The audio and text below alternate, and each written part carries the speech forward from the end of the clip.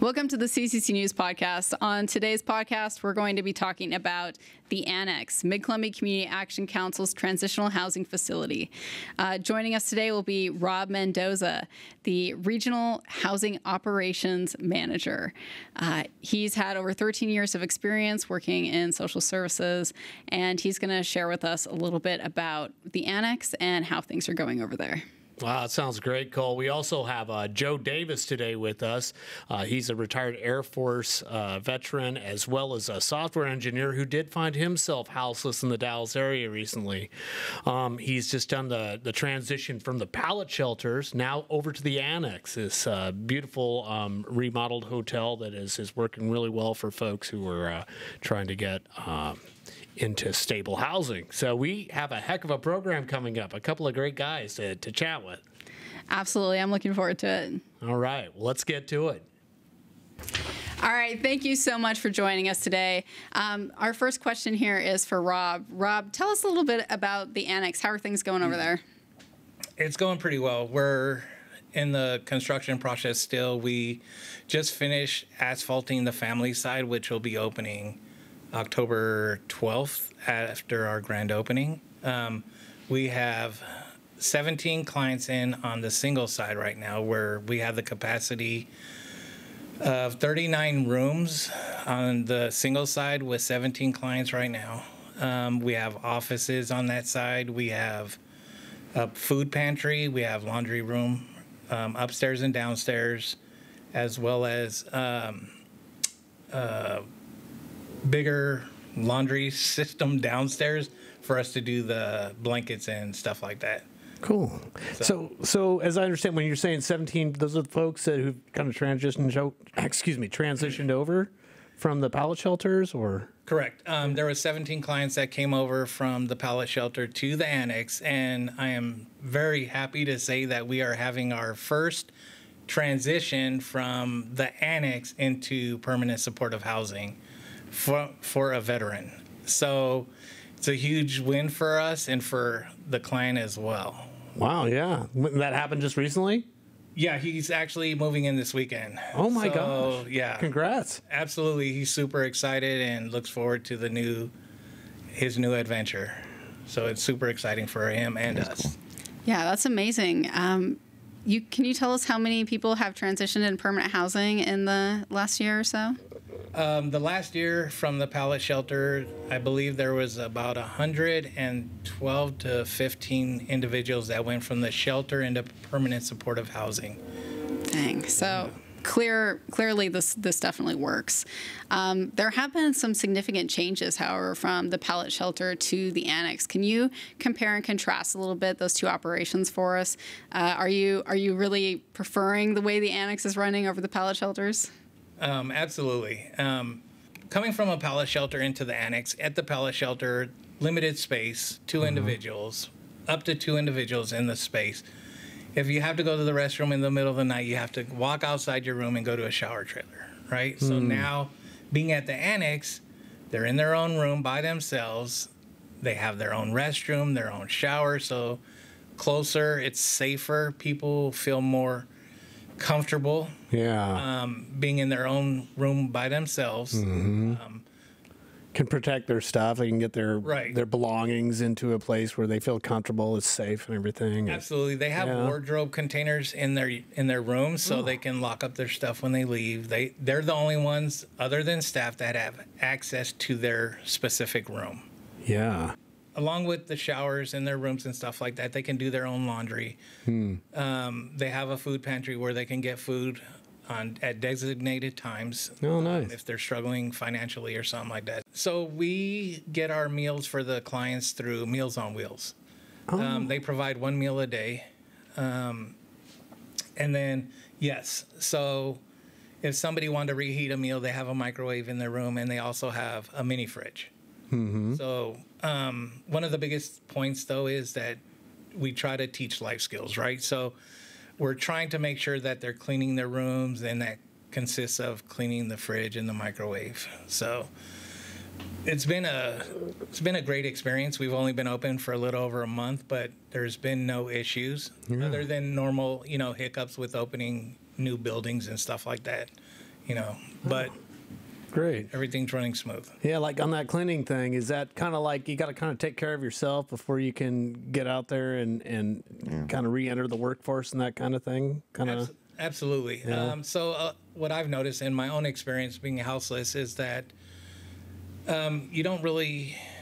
you lose touch with life skills, right? So we try to teach life skills, from cleaning up after yourself to cleaning the bathroom to picking up a piece of paper off the floor and just throwing it in the trash can. So when somebody gets into permanent supportive housing, they're prepared, and we want people to be successful. And so the best that we can do to support them, we will do, and we will continue to do so. So every day we do room inspections just to make sure that everybody's safe, of course, but that they're staying on top of their cleaning, right? And if they're needing help, that we reach out to them and help them. But at the same time, if somebody's room is clean for a week straight, that's just showing me I don't need to go in their room every day. I don't need to do inspections every day. And this is more of something to help them, and it's not like we're trying to catch them doing something wrong. It's more, how can we support you? How can we help you better yourself? And Joe, you moved in with those original 17 that moved into the annex from the pallet shelter. Can you tell us a little bit about that experience, what it was like for you? Yeah, obviously very exciting. The other place is your basic needs: heat, place to sleep, showers, stuff like that. The new place it's much nicer. I mean, much more room, and it feels more stable. And actually, I think it is safer because of the perimeter fence and the security walking around the perimeter all the time, and the cameras. It's well monitored. So, yeah, it's a good place to get back on your feet. It makes you feel better about when you wake up. You feel better about yourself from the get-go. You're starting from a little higher place. Yeah. Not that the other is bad, because I don't want to dog that, because it serves a purpose as well. Yeah. If it's better than sleeping in your truck. So, Yeah. But doing nothing but getting better. Right. So. Yeah, and I think specifically the words that you had said to me before is that you felt like you walk with your head a little higher. Absolutely, yeah. So there's like a real feeling even in the body of I woke up in a place that feels good to me, and that feels safe and is clean and easy access to my own shower. I don't have to share with anyone. That's one of the biggest things. I mean, it sounds so simple, but not having to go outside and carry your stuff through the gravel, to the showers, and hopefully no one's in there. And you're employed, so I think you shared before too that because of your work hours, for you would have to wake up before they were able to turn on the hot water. Right. So it was brisk. You get a cool shower. Yes, it was a short one. But, so this is much nicer. So Joe, how long were you over at the pallet shelters? 2 months? 2 months? Yeah. Okay. About 2 months. Yeah. Very good. And those were about an 8x8 or so, or I'm pretty small, so my size schedule, you can't reach across them. Yeah. I can't, but so you probably more than quadrupled the space you have. Absolutely. By moving over to the annex. And so and that probably helps you out just on a daily basis, you can sit down and eat instead of sitting on a bed that folds down, and kind of hunched over and eating like that. You can actually sit down in a chair, and if you have paperwork to do, you can do that. You have lighting and curtains. It's nice. You can open them up and see outside. Yeah, very good. It's very nice. Yeah, you can see your truck parked on the street. I can absolutely look at it, just open it up and look at it and go, oh, there it is. Because there was no parking at the pallet shelter, right? You It's had to under park. construction. Oh, at the pallet shelter? No, it was a mile away? Half a mile? Yeah, about a half a mile. Felt like a mile. So you'd have to park your truck and then walk down to the pallet shelter to spend the night or whatever when you're getting. Yeah, okay. Yeah, so it was got some exercise and a good tan. You're welcome. Yeah. Well, I'll live longer for it. Oh, So, good. Joe, I kind of want to speak to you a little bit about your experience of houselessness. There are stereotypes out there about what it looks like to be homeless, about what it looks like to experience houselessness. And we really want to kind of look at this more as each individual has their own story. You are a veteran. You have a background and a career in technology. Can you tell us a little bit about you and about what brought you here? Okay. Yeah, I was in the Air Force for 4 years, stationed overseas, got back. The GI Bill helped me finish my college degree, so that was great. And I did software for 25, 30 years. And I guess because I'm 55 now, I don't know what it is, midlife crisis. Is that mid? I don't know. But anyway. Hopefully. Like I said, yeah. I'm hoping. Fingers crossed. I'm hoping it is. Yeah. Anyway, so I finally managed to find my sister that got separated from us. We were in foster homes. And me, my brother, and another sister, the three of us went one way, and our oldest sister, Joyce, went the other way. Separated at a pretty young age? Yeah, I was 5. Oh, okay. And so I vaguely remember, but our mother passed away when I was in England. And so the Red Cross found me and told Joyce, where I was. And so she sent me a letter. And I lost that suitcase. And it's been lost for 30 years. It was at a roommate in Austin, right? And I called him up and go, James, remember me? He goes, oh, how you been? He goes, Yeah. I have a suitcase of yours. Or it was an attaché, briefcase from basic training. He goes, it had all kind of papers, and it's moved with me for 4 or 5 moves, survived a laundry room fire. And he goes, I'm going to mail it. And he mailed it to me. And in that thing is the envelope for my sister Joyce, her last name. So I was able to find her, and we talked for about 2 years. And finally I said, I got nothing going on. So I'd rather be closer to family. Yeah. And she has a ranch out in Condon. Okay. Her and her husband. So I got to know them, worked on the ranch for 6 months, got to know my sister. And That's absolutely fascinating. So your friend held on to this attaché, this briefcase for 30 plus years, took it on all these moves, and it happened to contain your sister's last name. Yeah. So then you were able to track her down all the way to Condon. Yeah, on Facebook, I go, do you happen to have 2 brothers and a sister? And she goes, yes. Because it didn't have her picture. It just had, some verses or something. I don't know what it was. Yeah. And she goes, yeah, I did. I go, I'm your youngest brother. She's like, what? She found me. She's been looking. But she couldn't find me. Huh. So it just so happened the stars aligned. So 50 years later, you got to 50 see years her later. again? Yeah. That's amazing. So we're pretty close now. Huh. What brought you to here from Condon? Well, I was going to try to find work because I wanted to stay in the area. And it's closest here, where I found work. And then There's more employment opportunity in the there's Dalles. nothing around. Yeah, Yeah, Condon's there. a town of about 500, 600, I believe. Yeah, So, mostly retirees, things like Okay. that. There's the nursing home, things like that. But not much going on there. So the commute, I got a job here, but the commute, gas alone would not be feasible. Oh, right. So I was going to come home and sleep in my truck. Do what you have to do. Go really camping. Yeah, that'd be Yeah. 120 miles round trip. You can't do that on a daily basis. When you came here, you're planning to sleep in your truck, but you found an alternative to that. I did. His wife, Cara, she's wonderful. She's the veteran liaison for the community. What is it called? Community? Supportive Services for Families of Veterans. Right. I called the VA line, and they connected me with them, and she connected me with her husband. Said, I know a guy. Might help you out. I have to live with him, Yeah. Yeah. Then she fessed up. She goes, he is my husband, but he is a nice guy. So I was like, Right. yeah. So yeah, decided to do that. Came at the right time. Yeah. When I needed it. And so Rob was able to help you with housing, get you in the pallet shelter. Yeah, immediately. He's like, oh, when do you need it? And worked with us and Nice. set up a date and moved in. Very good.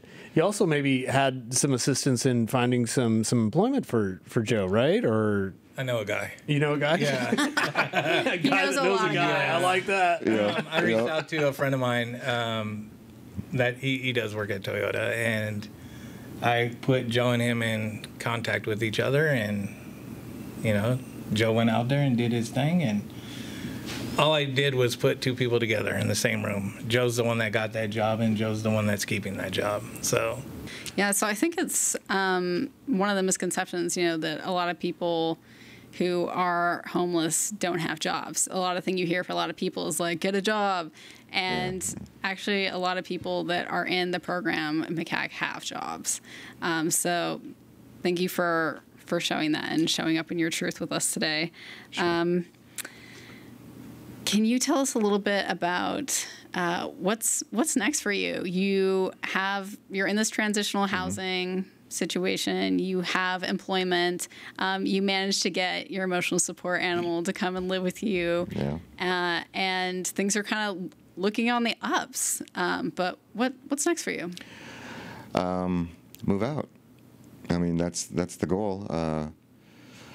After job is stable, and I know how much I'm going to be able to afford, rent-wise, there's no reason why I won't be moving out. So that is the next step, the final step for that. And then, I'll just be in the area like I wanted, Cool. You're liking the community, you like the Dalles. I really do. Yeah. I really do. Everyone's been really, really nice. I've made some really good friends very quickly. Wow. And I'm sorry, I was like, wow.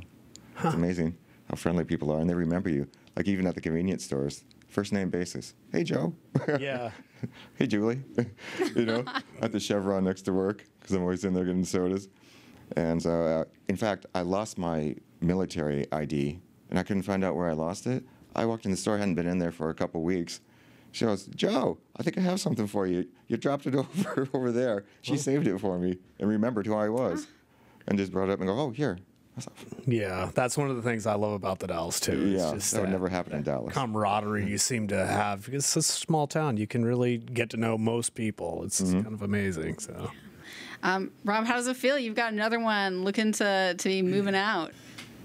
Well, somebody comes in and, we help them get into permanent supportive housing, right? So, but we want them to be prepared, right, for longevity. We're not just trying to send somebody out like, hey, dude, we got you a place, or help you get into a place for 6 months. That's not the long run, right? So we're trying to make sure that we're following through with checking up on clients as they move out, because things happen, right? Mm-hmm. Things happen and situations change. So we want to make sure that once somebody leaves, that we're still in communication with them, right? So in case one of those negative situations arise, we're there to help them if we can. Mm-hmm. And if not, then we give them the resources that are available that they can take advantage of when needed. Yeah. Nice. So that's like a checkup once a month or something like that, or every couple of weeks, or it just maybe depends on the person, or yeah, absolutely depends on the person and the situation. A lot of the clients that we've dealt with or continue to help, we're in constant communication, right? So there's always letting us know if there's a need or if there's a situation that arises. Yeah. But I will say this, all this stuff started when Kenny LaPointe came to MCCAC, right? All the big things that we're doing now are because Kenny and the team come together and find this funding to help people, right? So we got the Gloria Center opening in February 2024, and we got other projects, right? So this isn't the only thing, and just Kenny at the wheel, man. It's just like he finds the funding, and this is his passion. Can you speak a little bit to what is next for Columbia Community Action Council? You have a few things in the works. I would just talk about the Gloria Center. The Gloria Center is being constructed as a one-stop shop, right? So it's like Center for Living. We're going to have all these different agencies under one roof. So we'll be able to do warm handoffs from intakes to say, okay, you need services over here. Well, let's go talk to Isaac or from DHS, or let's go talk to Jeff from CFL. So it's all going to be, to me, it looks like a lot of warm handoffs instead of like when I worked at one agency and right next door was a medical agency that they had to go to for an appointment, and once they leave our door, they take off. So this way, it's like, oh, we'll just walk you over there. Right. You know what I mean? Just right down the hallway. Absolutely. And so it's going to be a lot easier to go. And then the pallet shelters that they'll be there in the back, right, for inclement weather, fires, emergency situations as well. So at some point they might be able to be utilized for that. If you look at the spectrum, though, over the last 3 years, the amount of work that has been completed in this and in social services and houselessness is really amazing. Truly, both the Gloria Center and the Annex, and those two working in combination. The Dalles has gone light years in 3 years when addressing the fact, or when addressing folks who are looking to get off the streets and back into stable housing, and addressing, whatever it may be. That's whether it's a mental health issue or an addiction or whatever it may be. Thank you, Rob and Joe, for joining us today. And thank you to all our listeners for joining us on the CCC News podcast. We're going to take a brief break to hear a word from our sponsors, and then we'll be back with this week's top news stories. Thanks, gentlemen. Thank you for having us. All right. Yeah. So readers have selected these. So here we go. So that's right. So first up, on October 12th, Mid-Columbia Community Action Council will host their grand opening of the Annex, Transitional Housing and Shelter, formerly known as the Oregon Motor Motel. The formal grand opening will take place at 11 a.m. at 200 West 2nd Street, the Dalles. On a more somber note, a citizen discovered skeletonized human remains in a wooded area near the 200 block of Bates Road, White Salmon, on September 28th. A scene investigation was conducted by the Clickitat County Sheriff's Office and the Washington State Patrol Crime Scene Response Team. The investigation is ongoing. Anyone with information is asked to contact Clickitat County Sheriff's Office Sergeant Eric Anderson at erica@clickitatcounty.org. Right. And in other news, North Wasco County Parks and Recreation has advised the public that salmon are spawning in Mill Creek in downtown the Dalles. I noticed that you took a little trip over there, Cole. Pretty fun, huh? Yeah, it was pretty cool. I really enjoyed seeing the salmon splashing around in the stream. I don't think I've ever seen a run that big.